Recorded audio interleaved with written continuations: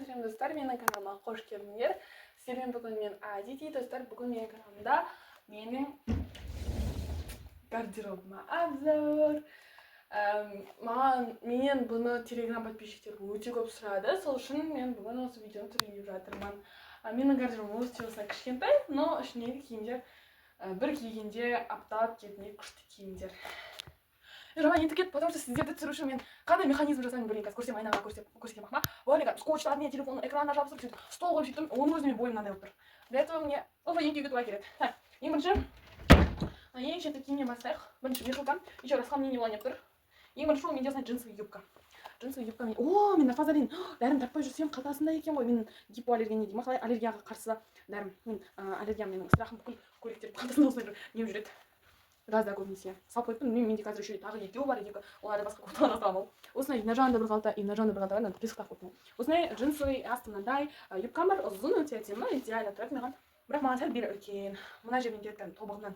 Бұл менің негізі мамамдікі болған, қазір менікі. Сосын осындай юбка, бұл вообще мынадан да ұзын. Почти екеуі бірдей. Бұның да бері сәл үлкен. Бұл да ешқандай қатар жоқ. Бұл да менің мамамдікі болған, қазір менікі. Потому что мамама бұл тар болып қалды, мама маған немесе кие бер дедім. Енді мама қайтадан келмесе мен бере беремін, потому что ол мамам киімі. Келесі айтақ, ол менде шортышка. Шортышка менде такая вот. Бұны мама маған Турциядан әкеліп берген, арнайлап кәдімгідей. Ол бізде X-Site'дікі. Өте күшті матасы, материал. Бәрі идеально тұрады, ал мен қазір көбіне шорты кимеймін. Өте қысқа кимеймін, из-за этого кимей кеттім, бірақ киетін болсам кие беремін. Мен үстіме қарап оңай қаласыздар.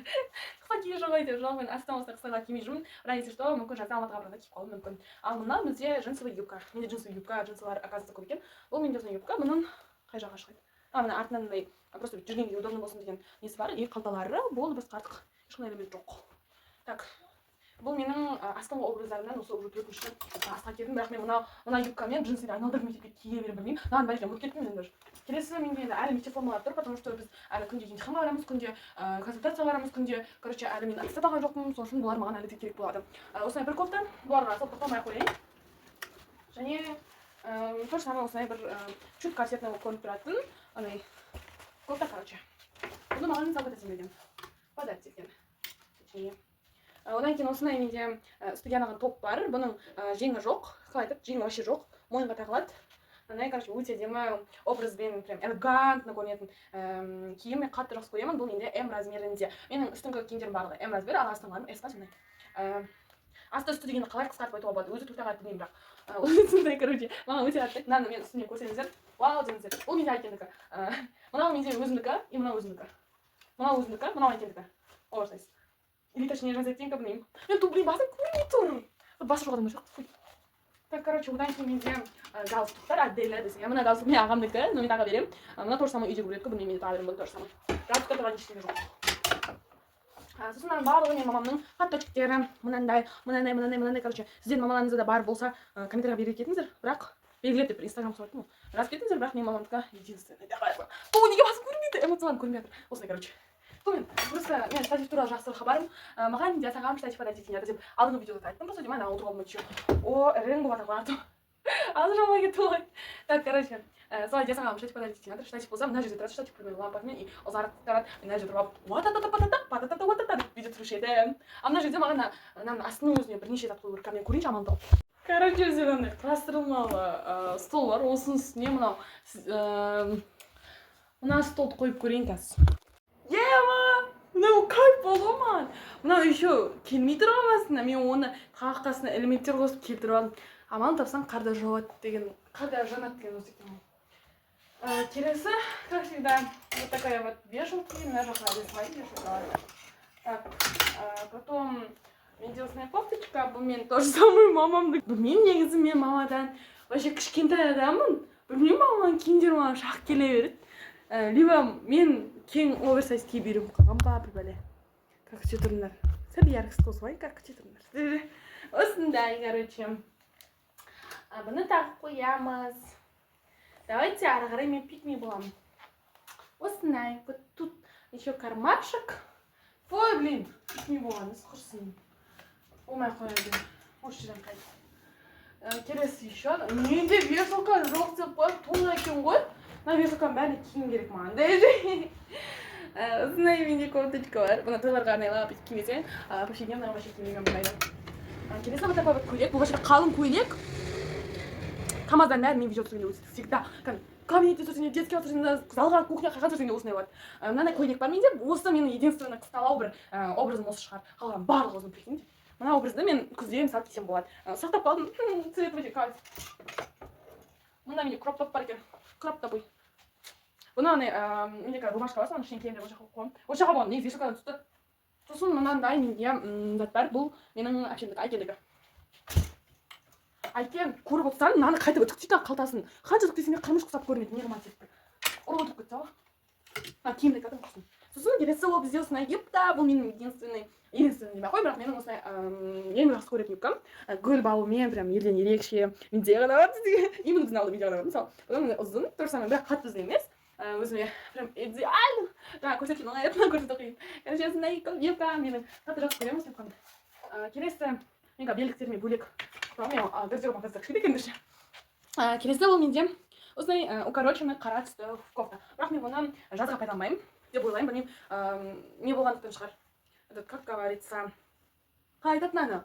Андай не болғандықтан шығар. Қара түс болғандықтан, қара түс күн тартады ғой, не дегенмен. Мен ішіне кроп топымды тағып қойдым. Негізі осымен бірге киетін деп қойған ғой.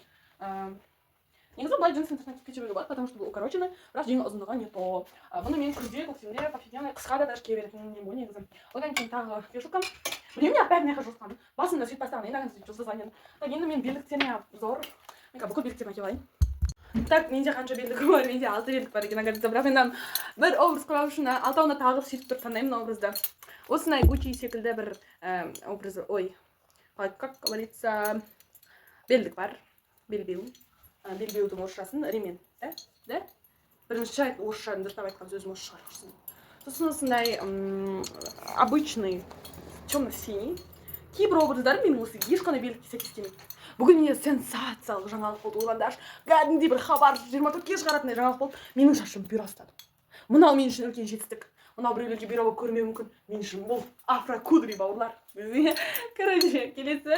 Мынау бізде менің кожаный юбкамның несі, бірақ мен мына повседневныйға бүйтіп тұратын образдар болды. Сондай образға қолданамын. Мынаны мен женский, қалай айтады? Ақшыл, прям әдемі қыз болып барасың, мектепте сондай образдарға пайдаланамын. Еще жіңішке. Одан кейін қоңыр, бұл менде біреумен келген. Мынаны мен вообще тақпаймын, мынаны тастай салу керек. Вот мынаны мен тағамын. Бұл тоже ақтың қоңыр түрі деген секілді ғой. Бұл да өте әдемі көрінеді. Ананы мен вообще тақпаймын негізі. Болды бүгіннен бастап менде 5-ақ ремен. Оның ең біріншісі ол осындай ала Зараның. Бұны тоже анам Түркияға барған кезде мына шортымен бірге, жаңа көрсеткен шортымен бірге әкеп берген. Екеуін парный қылып кисең, прям соска болып шыға саламын. Короче, өте дайын образ. Үтіктеудің дедім қажет жоқ, киген кезде өзі-ақ үтіктеп кете салатын. Образ бұл скимс ретінде, бірақ иығы жағы, ойына қолтық дейма не дейді, осы жағы сәл ерекше. Түркиянікі көрініп тұр, бауырлар. Еще и оказывается такая вот кофточка у меня есть. На жағынан да бүйтіп байланады, короче. Ой, байлап, еще түрлі овер или просто обычный киіп алуға болатын. Осындай тоже кофта бар. Үтіктеп қою керек. Мен үтіктелмеген киімдерді негізі сұраққа қоямын, көбіне. Үтіктеп барып қоямын деген қиялмен ше, бірақ ол үтіктесем де қойылмайды негізі. Или қойылады. Кейде қоямын, кейде қоймаймын, короче. Кейде андай ше, басыма жаман ақылдылық кіріп кетеді да. Давай қойып қояйын, деймін да. Кейде бүкіл ми кетіп қалама бір бәле. Осындай. Бауырлар, мен ең сүйікті кофтам, бірақ мынау қыстықтау сәл-пәл сондай. Бірақ жеңі қысқа, бірақ қыстық. Түсінбеймін осыны. Неге ондай қылып шығарады осы адамдар? Жеңі ұзын қыл да қыстық қыл. Мынаны жеңі қысқа алдың ба, сәл матасын жеңіңді да осындай фасонда шығара салсай. Білмеймін вообще, қандай гениальный адам шығарғаны, ана ше түсінбеймін бар ғой. Сөйтіп осындай, короче. Мен аны көрінбейтін, или көрінеді, бірақ көрінбей қалатын жер болады. Осындай жерге ілуім керек.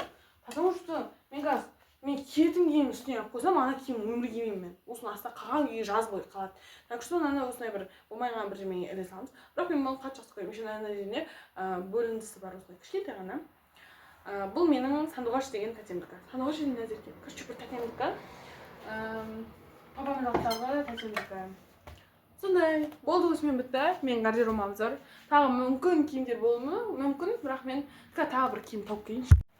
Достар, короче, ақыры бастадым ғой енді. Бұл да менің өте ең жақсы көретін гардеробымның бірі ғой. Айқыннан сөмкесі десең. айқанат мерчтарына, менің алған осы уақытқа дейінгі мерчтарыма обзор жасаймын. Айқанат сөмкесі ең бірінші өте әдемі. Сіздерге де болашақ сегізінші сыныптар айқанатқа қатысуды советую. Біздің айқанат каталог қой, енді каталог айта алмаймын. Оның астында менің айқанаттағы айқанат деген футболкам, бірақ бұны біз бүгін осы биыл сыныпта былай жаздырып, короче, арғы сыныппен араласып істеп бердім. Мынаның барлығы маған кім жазып берген сені білемін бе? Блин.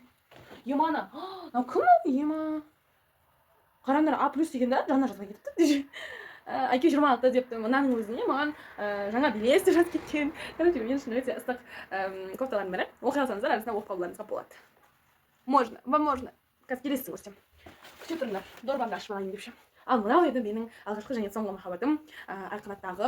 Айқанаттағы адамдардың жазғаны. Енді ол кезде краска болған жоқ, краскасынан бәрі крас болатын еді. Біз тек қана маркерлермен жазып шыққанбыз. Енді жандарым сол апай, ағай бәрі жазып берген ол. Мысалы және еңлікті ұмытып қалдым. Мына оқи алмайтынмын мен. Мына мысалы Жаңақорған, Әнер, Мырзалы, өлең, жынды, шпан дейді. Шпан деген бізде ұлпан дегенді біз шпан айтамыз. Мырза дейді.